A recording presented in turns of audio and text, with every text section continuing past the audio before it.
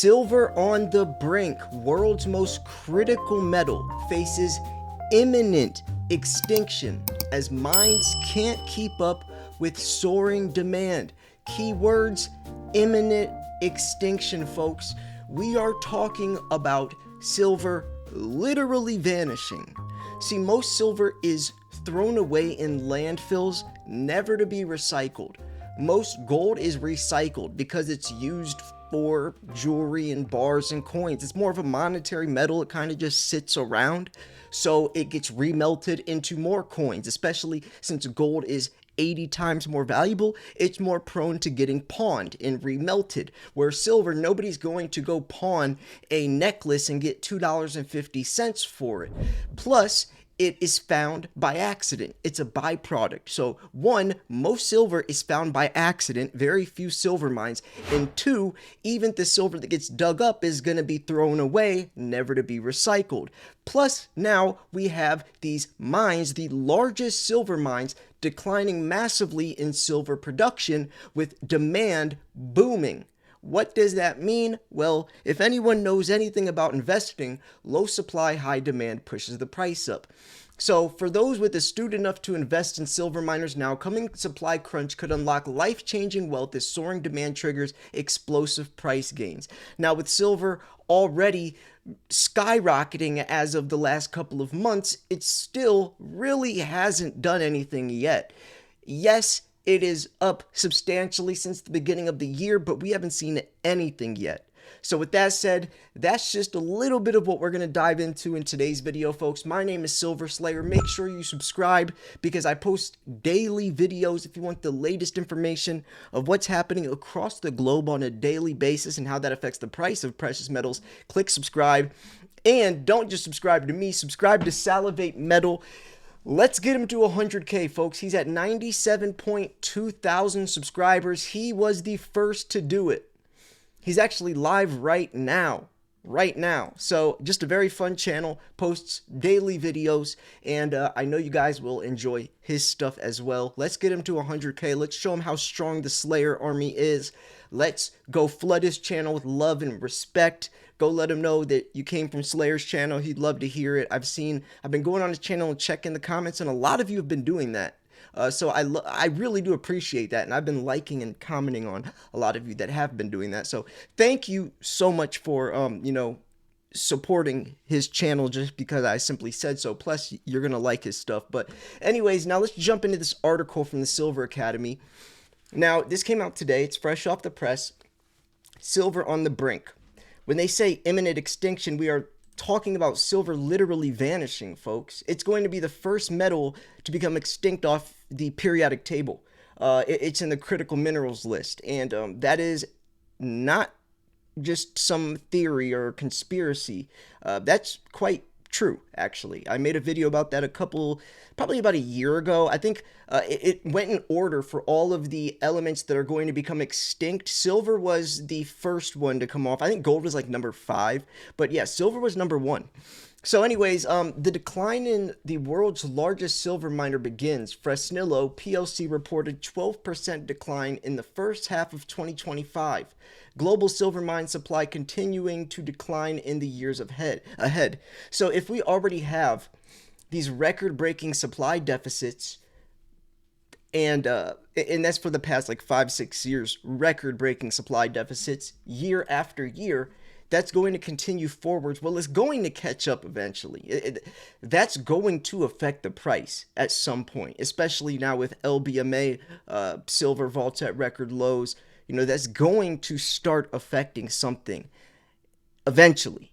And I think that time is actually starting to happen, especially with silver at 14-year highs. So Mexico's silver slump sends shockwaves. The world's largest silver miner, Fresnillo PLC, recently reported a sharp 12% decline in silver. And that's for the first half of 2025. While at first glance, this might seem like a temporary setback, the significance reverberates far beyond Fresnillo's balance sheet or even Mexico's borders. Mexico produces roughly a quarter of the global silver supply. So when production here declines, it triggers consequences for the entire world. And then you have silver under lock and key. Fresnillo's drop in output is not a one-off event, but part of a broader pattern. The company's outlook for the rest of 2025 anticipates continued decline, partly due to lower ore grades and the closure of some mining operations. Even more troubling, these setbacks are occurring against a backdrop of sweeping policy changes. President Claudia Sheinbaum's government, building on her predecessor's nationalist agenda, has completely halted the issuance of new mining concessions in Mexico. The aim is clear: defend strategic resources and bring more of the country's mineral wealth, especially silver, under state control, right? They're trying to localize this. They don't want to be shipping their silver out to these other countries, especially when Mexico is the biggest silver producing country. After recent nationalizations in lithium and electricity, the question is no longer if silver will be nationalized, but when. And this actually really came into light last year. And I vividly remember this news breaking. Claudia Sheinbaum's government, building on her predecessor's nationalist agenda, completely halting the issuance of new mining concessions, right? The aim is clear: defend strategic resources, bring more of the country's mineral wealth, especially silver, under state control, right? Keeping it for themselves, and how big of a deal that would be. Now, this next part is why I really did want to cover this article today. Now, yes, it came out today. This article came out today, August 1st. It's very important news talking about Mexico's Fresnillo mine declining. But once I was reading through this article and I saw this part, I really wanted to capture your attention and break down, give more context on why this is so important. Now, this is talking about why you can't just dig more silver. Silver is a topical metal. It's found on the very top layer of the Earth's crust. So most silver that's been dug up is found. Silver is actually extremely scarce, not only being a byproduct, but it's extremely scarce. So let's read this, and then I'll throw in some added context explaining just how severe this problem is. So bringing new silver inventories online is far more complicated than simply digging more, right? Developing a major mine is drawn out, expensive process, often taking up to a decade or more, requiring discovery, lengthy permitting processes, local consent, massive capital outlays, and a stable political environment. That's huge. Nowadays, everyone's trying to protest the mines because it's contaminating the groundwater, even though silver purifies water. How ironic is that? With Mexico's doors effectively closed and other major producers like Chile and China also tightening regulations or facing social resistance, there are very few large-scale projects ready to fill the gap left by Mexico's waning production. Filling the gap meaning taking over, especially with the, hundreds of millions of ounces in the red. The last 5-6 years, it's about 1 billion ounces in the red. 1 billion ounce deficit, folks. And it's only going to get worse. And now you have the biggest silver mine down 12%. It's only going to get much worse. But now let me throw some added context. What are you going to do to get more silver? There's 4 options. There's 4 options. 1, try to find more mining innovations somehow, right? In a perfect world, maybe, there is no political party out there trying to protest a mine. Maybe you find a perfect mine with, ore grade high and it's perfect. But that still takes over a decade to get going. So mining innovation is number 1. Number 2, recycling. But the amount of silver you would need to recycle to fill the gap, especially with a billion ounces in the last 4 or 5 years, that's not even going to put a dent in that. Number 3, taking it from us, silver confiscation, right? That's another option. And I'm talking about every literal possibility. So mining innovation, you have recycling, taking it from us, or number 4. Number 4 is very interesting. The final frontier, folks. Space mining. You heard me correctly. Space mining. That's number 4, and that is the only realistic possibility to fix the problem of us running out of silver. That's the only way There's not enough in the Earth's crust. Recycling won't do crap. Taking it from us won't do crap. The only way is space mining. But Slayer, is that realistic? What if I told you that NASA sent out a rover last year, almost 2 years ago now? I broke this news 4 years ago when they first talked about it, and then I remember the next year when they actually shipped out the rover. It's an asteroid called Psyche 16. It has up to $500 quintillion worth of precious metals on it. NASA, it's going to arrive near Earth's orbit by the year 2026. They sent the asteroid out to check this thing out. Now, no, the asteroid is not going to mine, or the rover is not going to mine the asteroid, but that's the goal of starting in that direction, of checking out the rover. How realistic is this? Space mining is not going to be a thing for probably another 10 years or longer. Who knows? But it's not going to be this asteroid they're going to be mining that's going to be near Earth and by next year. No. But that is the only option. If you think of any other ideas besides the 4 that I mentioned, please comment down below, because I've thought long and hard about this. Unless something could replace silver. But that's not really realistic, is it? Silver is the most highly conductive metal for thermoconductivity, electricity, and light sensitivity. We're talking about elements on the periodic table. We're talking about universal elements on the periodic table. Silver's not made in the Earth's crust. It gets here from comets and asteroids. Or meteors and asteroids. Not comets. I don't know. But that's how it arrives here. Is from off-Earth things hitting the Earth and silver being from those, from those comets. That is very, very alarming when you think about what's happening with production, the supply deficits, how much silver we need, and why we need it to make the world go around, to go green, for satellites and war. I mean, the amount of silver needed in war. What are we going to do when there's none left? Yeah, we make a pretty penny, but at what cost? Have you ever thought past that? Most people don't. Most people think, oh, we run out of silver, or silver, the shortage is big enough to where the price actually breaks free. Yay, we make a pretty penny, but then what?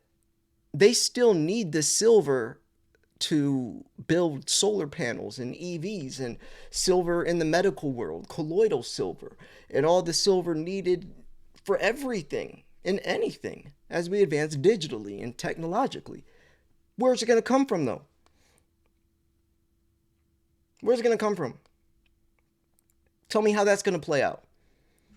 That's very alarming. It's very alarming.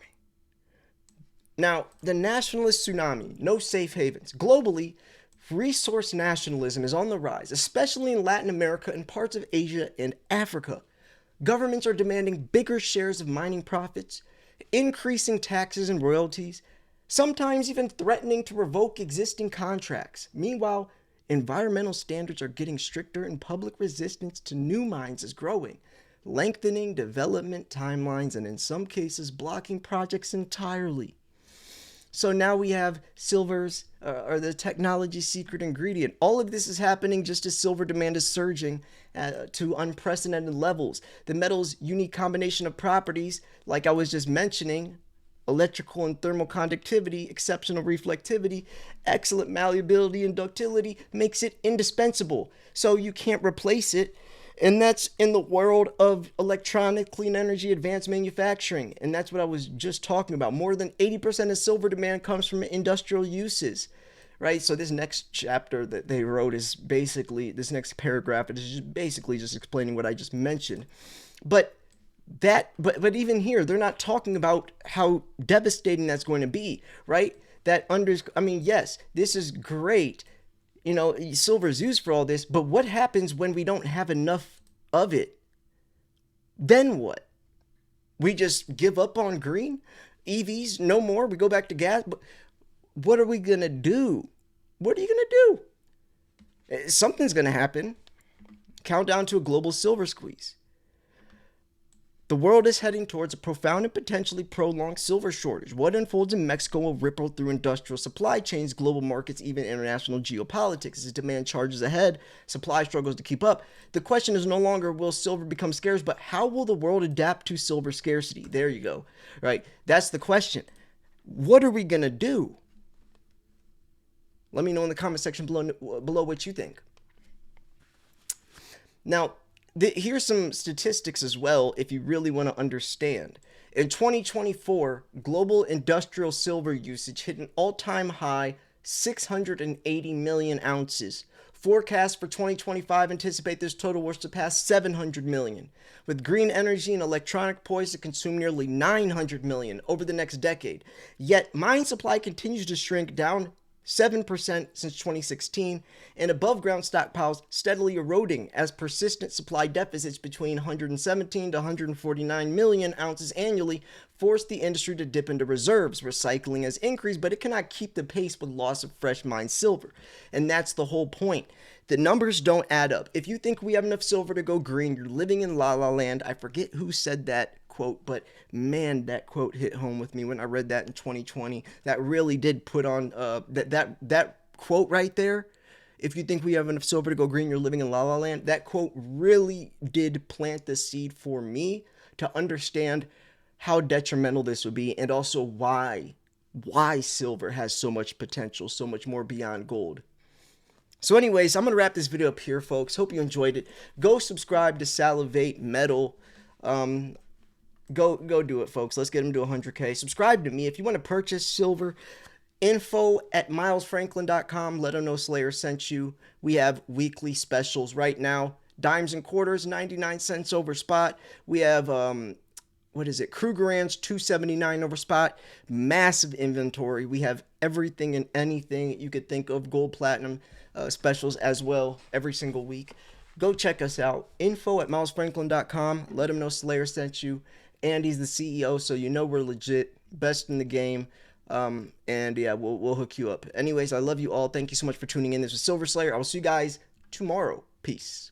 Folks, I'm so excited to announce that I've partnered with American medical experts whose purpose is helping veterans get the medical benefits that they truly deserve. Over 17 million veterans aren't receiving their full benefits, and if this is you or someone you know, then act now. American medical experts are offering free consultations through our med team to see how we can help. The med team offers board-certified doctors who have experience working with the VA, comprehensive medical evidence for services like mental health as well. Some of these include your Nexus letter, your DBQs, your TDIUs, your AAs, and more. I want to personally thank American medical experts for helping veterans, but also giving me an opportunity to help veterans as well. Click the link in the description or the pinned comment to get a free consultation through our med team. Thank you so much for listening, and God bless.